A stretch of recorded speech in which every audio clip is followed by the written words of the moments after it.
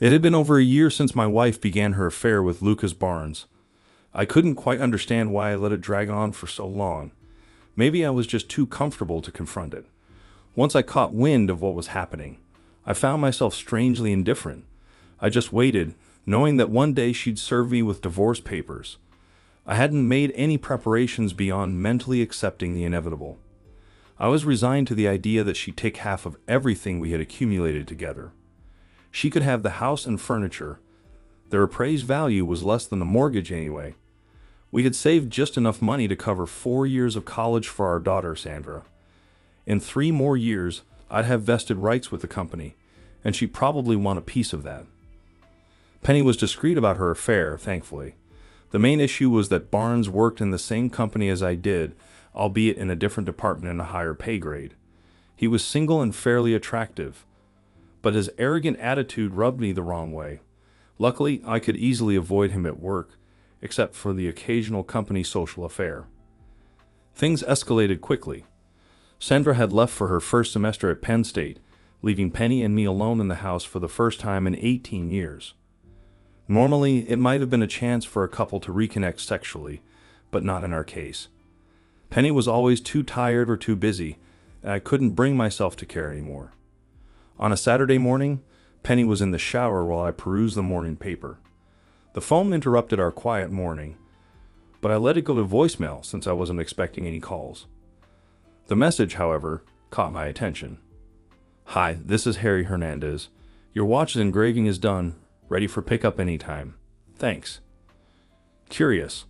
I've never worn a watch and had no intention of starting. Penny had no reason for an engraved watch either. She used her phone to check the time. Yet, something nudged me to investigate. I rarely snoop through Penny's belongings, but today was different. Inside her purse, I found the receipt from the jewelry store. It detailed a Tag Heuer Carrera wristwatch with a black alligator band engraved with "Forever," Penny for $3,900 paid in full. I replaced the receipt and grabbed a cold beer, mulling over the situation. It was crystal clear the watch wasn't meant for me. Penny walked into the living room just as I headed outside to mow the lawn. The grass took twice as long to trim, giving me plenty of time to contemplate. After lunch, Penny mentioned she'd be staying the night at her sister's house in Frackville. Unbeknownst to her, a big smile spread across my face. With the evening free, I finally tackled the task I procrastinated on for a whole year. I kicked myself for waiting until the last minute, but was relieved to have made the decision at last. She returned home around lunchtime on Sunday. We were civil, but conversation was sparse. It felt like the longest Sunday of my life.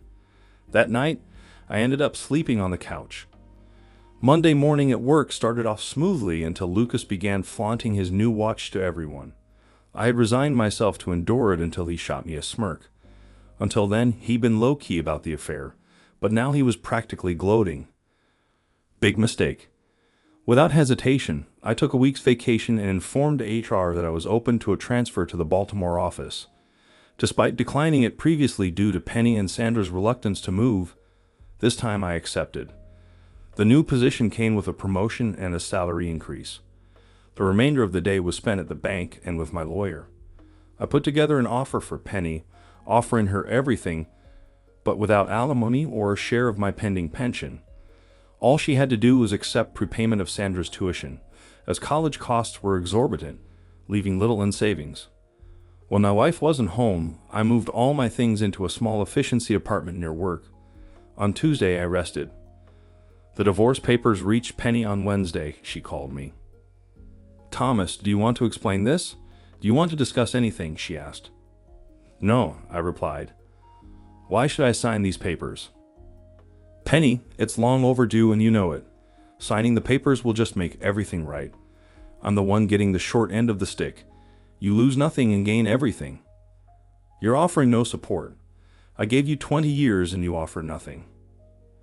If I included alimony, it would only be until you remarried.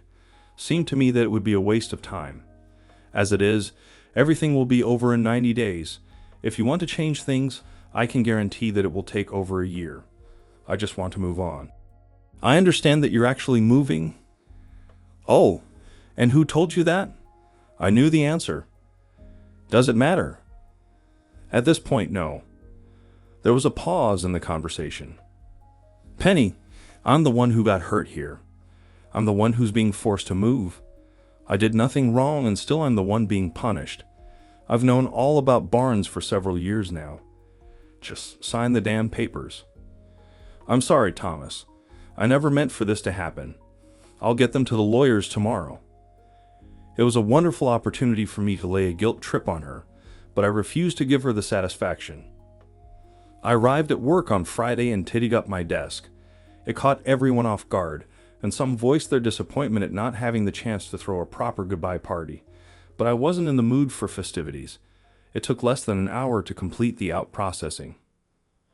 Before leaving, I phoned Sandra and did my best to explain the situation. How do you tell your daughter that you're leaving her mother without giving a solid reason? She asked once, then dropped the subject, as if she already had some inkling of what was happening. I couldn't imagine how she wouldn't, considering how long things had been strained. It felt like she understood. The drive to Baltimore was filled with sadness. All I could think about was the life Penny and I had built, now crumbling so easily. I had always envisioned growing old with her. Now, the concept of aging seemed irrelevant. I didn't really care. Penny never apologized or even acknowledged her actions. We skirted around the issue, both knowing what was happening, but neither of us willing to confront it. It's enough to drive a person mad. I turned on the radio. Who on earth is Lady Gaga? The new job was a breeze, to say the least. I was clearly overqualified, which made my team feel at ease with my competence and confidence. It seemed like a promising move. I stayed in touch with Sandra, who shared whatever information she had about her mother. Lucas had moved in with Penny into our house just a week after I left, and Sandra wasn't thrilled about it. I couldn't blame her. Penny had agreed to all the terms of the divorce without even getting her own lawyer. Everything was proceeding smoothly according to schedule, and all I had to do now was wait. As the divorce approached its final stages, leaving only 3 weeks until it would be finalized, I decided to take a 10-day Caribbean cruise. I wasn't fond of cruises, but this one was necessary. The weekend before my departure, I caught up with some old friends from home in Atlantic City. I treated them to good wine, dining, entertainment. It was great to reconnect with old friends. The 10 days at sea felt long. I couldn't decide what I disliked more, the food or the other guests. At times, it seemed like I was being pursued by at least 3 single women, though I wasn't entirely sure if they were single. I made the most of the ports of call to break up the monotony. When I arrived home, I was greeted by unexpected guests. Baltimore detectives, brought in at the request of the Pennsylvania State Police. They came with grave news. Lucas Barnes's body had been discovered at a roadside rest area along the Pennsylvania Turnpike. He had been brutally beaten, seemingly with a baseball bat, and succumbed to his injuries on the way to the hospital. His wallet and watch were missing, suggesting a robbery gone horribly wrong. With the revelation of Barnes's connection to Penny, I found myself thrust into the spotlight as the prime suspect. Thankfully, it took local police less than 30 minutes to confirm my alibi. I had been on a cruise for the past 10 days. The Pennsylvania State Police swiftly concluded that no further investigation into my involvement was necessary.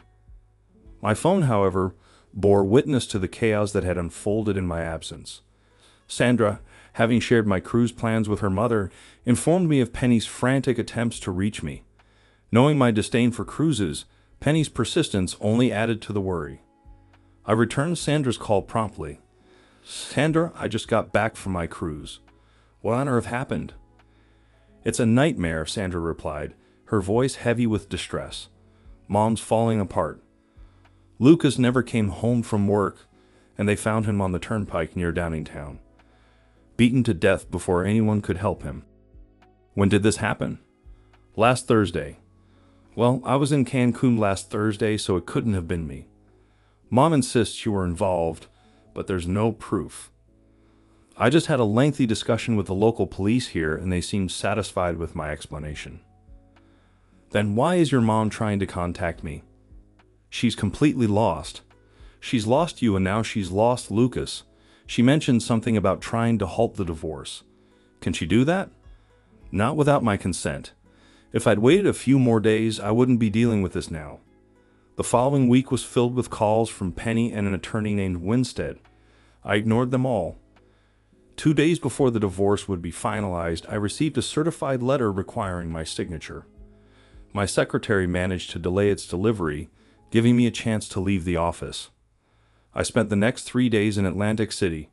Before heading home, I called my lawyer.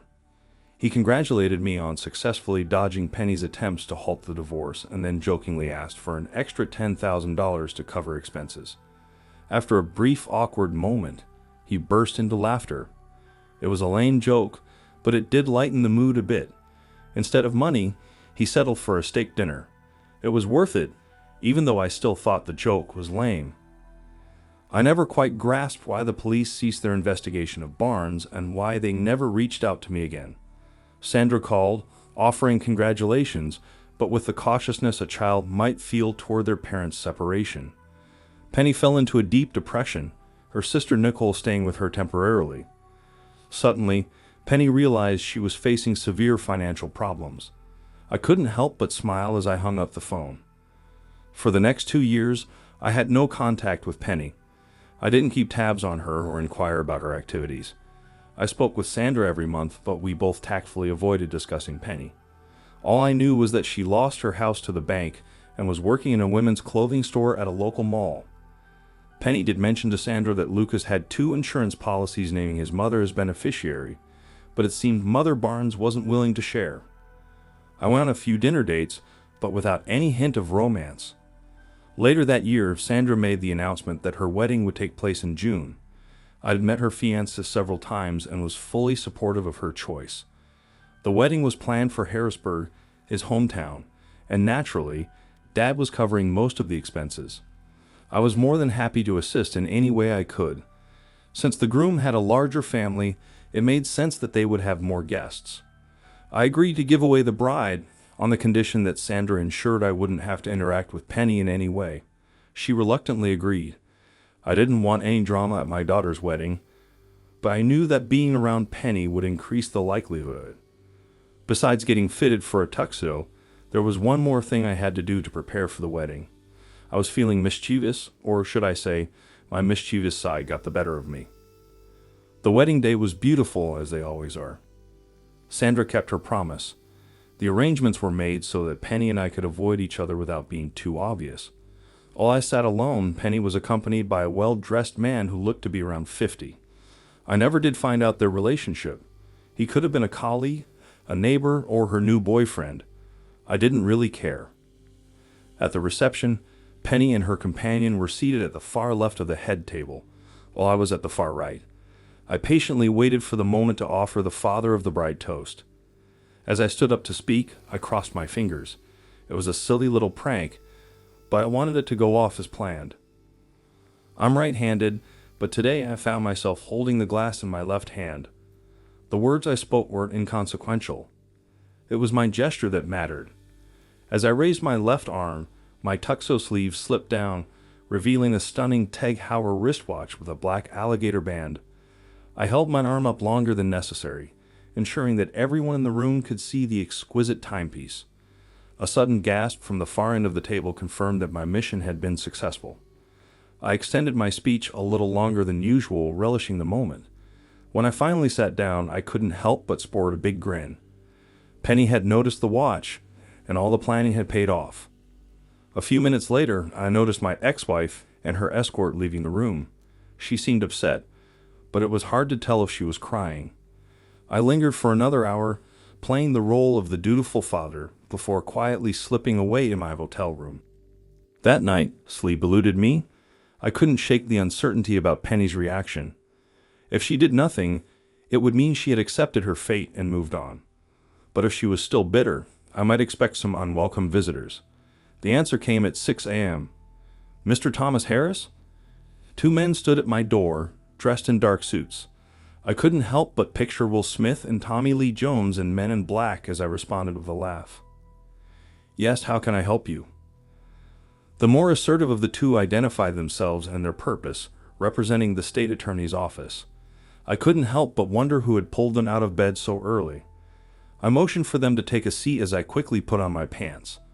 I had been expecting them, and I should have been dressed before they arrived. In the hotel room, with only 2 chairs available, I settled onto the unmade bed deliberately, taking more time than necessary to find comfort. "What can I help you with, gentlemen?" I asked as they entered. "You're Thomas Harris, who attended the Stuart Harris wedding yesterday?" one of them inquired.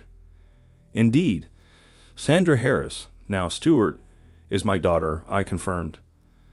"We got a call about you wearing an expensive Tag Heuer watch during the reception," the other one stated. I reached for the oversized timepiece on the nightstand. "Yes, I was wearing this watch." "Do you like it?" "That's not important, Mr. Harris. What we want to know is where you got the watch," the first one said. "Why?" I challenged. "Can you just answer the question?" the second one pressed. "No. You tell me why you want to know where I got it and who told you I had it, and then I'll answer," I countered. "Mr. Harris, we're trying to make this easy. Could you just answer the question?" the first one insisted. "Fine. I got the watch on eBay. Now tell me why you want to know," I relented. "A watch identical to the one you're holding was found on a man killed in Downingtown 3 years ago," the second one explained. "I'm sure there are plenty of watches like this one. Can you be more specific?" I challenged further. They seemed uneasy. I sensed they were considering dragging me off to some government building to continue the conversation. "Mr. Harris, are you acquainted with a man named Lucas Barnes?" "Of course I am. I used to work with him. He's the one who had an affair with my wife, which ultimately led to our divorce. Mr. Barnes owned a watch exactly like this one when he was killed." "How do you know that?" My 2 visitors remained silent. "Was the watch found on him when he died?" Both shook their heads no simultaneously. "Do you think this could be his watch?" They were supposed to be leading this informal interrogation, but it seemed they were losing control. "Who told you this was Lucas Barnes' watch?" "Your wife, Mr. Harris. She identified it." "And how did she know it was his?" There was a moment of hesitation. "She said she bought it for him." "Perhaps you should speak to her?" No response. "That's it? Is that all you have?" "There's an engraving on the back of the watch that confirms her claim." "Can she prove she bought this watch?" "She has a receipt." "Dan, I have a receipt too. Let me show you." They sat in silence as I retrieved a folded paper from my wallet and handed it over. The lead guy glanced between the paper and me. "This is from eBay. It says here you bought the watch for $49. "Yeah, but I had to pay $5 for shipping." "You've had a Tag Heuer watch on eBay for $49. "Not exactly. Take a closer look at the description." Both of them scrutinized the description, unaware of the wide grin on my face.